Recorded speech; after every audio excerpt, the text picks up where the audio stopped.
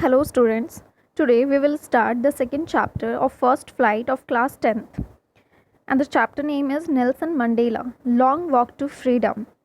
We also uploaded the first chapter which was a letter to God. Check it.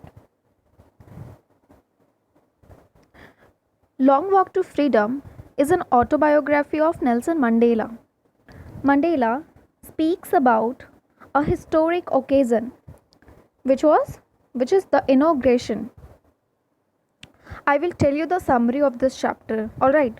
But you must have to learn the whole chapter and also try to do the activities related to the chapter for your better improvement. Alright.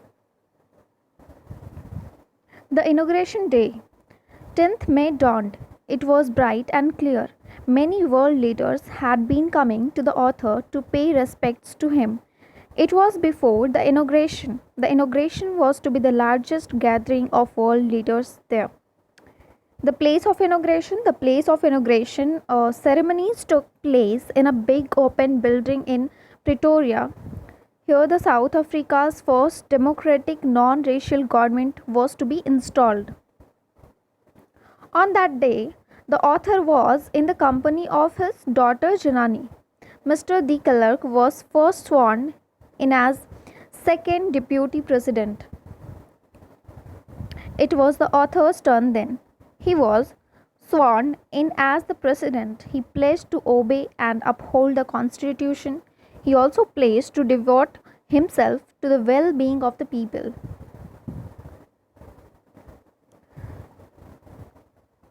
After a few moments, colorful South African jets and helicopters flew over the Union buildings there. It was for military's loyalty to democracy for a new government. Then, the highest military generals, having medals on their chest, saluted the author. He thought that they would have arrested him many years before. The day was symbolized for the author by the playing of two nations' anthems. The whites sang Nkosi Sikelel and the blacks sang Die Stem. These formed the old anthems of the Republic. On that day of the inauguration, the author thought of history. In the first decade, the South African people had patched up their differences with the other black skinned people. They had built a system of superiority also. It was the basis of the harshest societies. The auspicious day came after the sacrifices of thousands of the people. The author thought of himself the sum of all those people. He was pained that he couldn't thank them. The policy of apartheid created a lasting wound in his country and his people. This policy had produced great freedom fighters. They were like Oliver Tambo, Walter Sissulus, Chief Luthilis, Yusuf Dadus, etc. They were men of uncommon courage, wisdom, and generosity. The definition of courage. From these people, the author learned the meaning of courage. They risked their lives, they underwent great torture. He learned that courage was not the absence of fear, but the victory over it. The author says that no one is born hating another person due to color or religion. They could be taught to love. Love comes naturally to the human heart. In prison, they were pushed to the wall, but he saw humanity in the hearts of the guards. It was man's essential goodness, it can't be put out. In life, every man has twin duties to his family, to his community, and country. The author found it difficult to fulfill these two duties. It was because a colored man in South Africa was punished if he lived like a human being. The author was born free. He was not born with a hunger to be free. He was free as long as he obeyed his father and obeyed the customs of his tribe. But soon he realized that his freedom was an illusion. He began to hunger for freedom when it was taken from him. As a student, he wanted freedom to read and go. As a young man in Johannesburg, he wanted freedom to be as per his potential. But soon he saw that he was also not free like his brothers and sisters. Then he joined the African National Congress. His hunger for freedom became great for the freedom of his people. The desire for the freedom of his people to live with dignity gave him power. The author knew that the oppressor must be liberated like the oppressed, and a man who take away another's freedom becomes the hated. No one is free if he is taking someone else's freedom. Both the oppressor and the oppressed are robbed of humanity. इस chapter में Nelson Mandela अपने बारे में उन्होंने क्या लिखा है। Nelson Mandela ने उन दिनों की इसमें बात की है जब वे प्रेसिडेंट बनने के लिए शपथ लेने गए थे। तो ये कौन सा दिन था और उस दिन उन्होंने क्या क्या बातें की और क्या क्या उन्होंने अपने मोमेंट्स बताए, वो सारा इसमें बताया गया है। 10 मई के दिन ये उद्घाटन का दिन था। मौसम बहुत ही अच्छा था और लेखक के पास शुभकामना देने के लिए दुनिया के बहुत सारे लीडर्स आए थे। उद्घाटन का स्थान कहाँ पे तय किया गया था? प्रिटोरिया में एक बहुत बड़ा खुला स्थान में उद्घाटन कार्यक्रम हुआ था। दक्षिणी अफ्रीका की प्रथम गैर वर्ण जातीय सरकार का संस्थापन करना था। ये बहुत ही डिकेड्स के बाद ये क्या हुआ था कि वहाँ पे पहले रंगभेद बहुत ज़्यादा था और ये फर्स्ट टाइम वहाँ साउथ अफ्रीका में ऐसा हुआ था कि कोई गैर जातीय सरकार का संस्थापन हुआ था। नेल्सन मंडेला बने थे।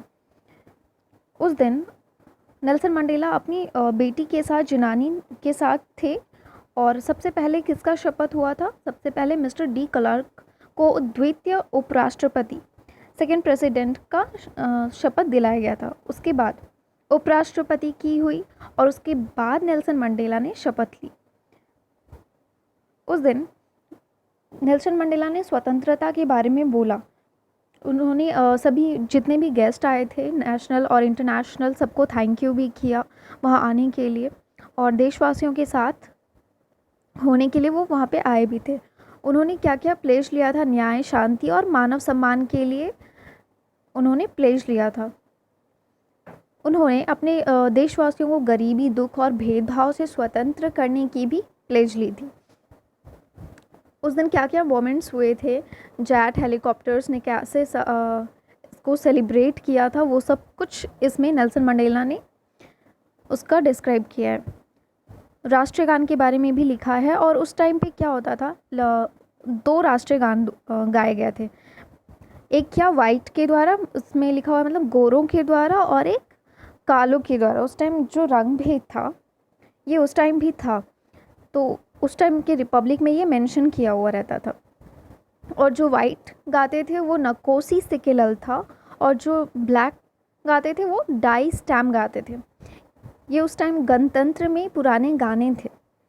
उद्घाटन में अपने लेखक ने, नेल्सन मंडेला ने अपने सारे विचार को भी बताया था। उद्घाटन के उस दिन लेखक ने इतिहास के बारे में सोचा कि उन्होंने कैसे कैसे कितना सब कुछ किया था इस भेदभाव को हटाने के लिए और कितना सब कुछ होने के बाद वे आज प्रेसिडेंट बनने के लिए आए। उन्होंने अपने और अन्य काले व्यक्तियों के साथ भेदभाव समाप्त कर लिए थे। उन्होंने अपनी श्रेष्ठता के सिस्टम को भी बना लिया था और सर्वाधिक सख्त समाज जो वहाँ पे उस टाइम थे वो भी उनका वहाँ उस टाइम का आधार था, जो कि अब समाप्त हो गई थी। वह व्यवस्था सभी व्यक्तियों के अधिकारों और स्वतंत्रता को पहचानती थी भी। हज़ारों व्यक्तियों की कुर्बानियों के पश्चात उन्होंने उस दिन सबको थैंक यू किया जिन लोगों ने उस चीज़ के लिए कुर्बानी दिया था, रंग भेद के लिए कुर्बानी दिया था। और वो बहुत दुखी भी थे क्योंकि अब वो लोग उनके साथ उस टाइम नहीं थे। और उन्होंने उत्साह को कैसे बताया कि ये एक्चुअली है क्या। उन्होंने सारे व्यक्तियों को बताया कि जिन लोगों ने उस टाइम में पार्टिसिपेट किया था रंग भेद को दूर करने के लिए, उन्होंने अपने बारे में बिल्कुल नहीं सोचा था, अपने जान के बारे में बिल्कुल नहीं सोचा था। अपने जीवन को खतरे में डालकर वे लड़े थे और उनको वो नम आँखों से थैंक्स करना चाहते थे कि उस टाइम वो कर नहीं पाए, और अभी जब वो उनके साथ नहीं है तो उन्हें बहुत, उनकी अनुपस्थिति को बहुत महसूस कर रहे थे। लेखक ये भी उसमें कह रहे थे कि व्यक्ति रंग और धर्म के कारण दूसरे व्यक्ति से घृणा नहीं करता है और जन्म नहीं लेता है। उन्हें प्यार करना सिखाया जा सकता है। प्यार मानव दिल में प्राकृतिक रूप में आता है। जेल में उन्होंने दीवार तक लगा दिया गया, परंतु उसने गार्ड के दिलों में मानवता देखी थी। जीवन में हर एक व्यक्ति के दो कर्तव्य होते हैं। उन्होंने ये भी डिस्क्राइब किया कि जीवन में व्यक्ति के कितने कर्तव्य होते हैं मेनली। उन्होंने फर्स्ट फैमिली को बताया और सेकंड कम्युनिटी और कंट्री को बताया। लेकिन नेल्सन मंडेला के लिए ये सारे ड्यूटीज़ कंप्लीट करना उनको बहुत मुश्किल लगता था। ऐसा इसलिए उन्होंने बोला क्योंकि दक्षिण अफ्रीका में काले व्यक्ति को मनुष्य की तरह अगर वो रहते थे वहाँ पे तो उनको सज़ा दी जाती थी। ऐसे व्यक्ति को अपने ही व्यक्तियों से अलग रहने के लिए मजबूर किया जाता था। इसलिए उसे अपने परिवार के प्रति कर्तव्यों को पूरा करने की भी परमिशन नहीं थी उस टाइम पे। स्वतंत्रता को उन्होंने कैसे बताया? वह स्वतंत्र होने की भूख के साथ पैदा नहीं हुए थे। वह अपने पिता की आज्ञा पालने और अपने जितनी भी कम्युनिटी में रहते थे उसके रीति रिवाजों को मानने में स्वतंत्र थे। परंतु बहुत जल्दी उन्होंने क्या फील किया कि उसकी स्वतंत्रता एक क्या है, भ्रम है। उसने स्वतंत्रता के लिए भूखा मरना शुरू किया और उसमें भाग लिया। विद्यार्थी के रूप में वह पढ़ने और जाने की स्वतंत्रता भी चाहते थे। जोहान्सबर्ग में जब वो स्टूडेंट थे तब उन्होंने ताकत के अनुसार, अपनी ताकत के अनुसार स्वतंत्र बनना चाहा। वह अपने और फैमिली के रोजी रोटी के लिए भी स्वतंत्र होना चाहते थे, क्योंकि उन लोगों के साथ बहुत ज़्यादा भेदभाव होता था। नेल्सन मंडेला भी बहुत इन सब चीज़ों को उन्होंने झेला था। वहाँ पे उनके साथ इंसानों की तरह बिहेव नहीं किया जाता था और जो इंसान की तरह जीना चाहते थे उनके साथ बहुत ही बुरा व्यवहार होता था। ये सब चीज़ को उन्होंने इस ऑटोबायोग्राफी में बताया है। लास्ट में वो बोले कि अत्याचारों को अत्याचार सहन करने वालों की तरह स्वतंत्र किया जाना चाहिए। एक व्यक्ति जो दूसरे की स्वतंत्रता छीनता है वह घृणित हो जाता है। कोई भी व्यक्ति स्वतंत्र नहीं है यदि वह किसी दूसरे की स्वतंत्रता ले रहा है। दोनों अत्याचारी हैं और अत्याचार सहन करने वालों में मानवता छिन जाती है। So we have completed this chapter. You can do the activities of this chapter. Here the activities are, here some activities are, you can see thinking about the text, oral comparison. Okay, you should try to do it. If you have any problem with this chapter, please ask. Okay, thank you.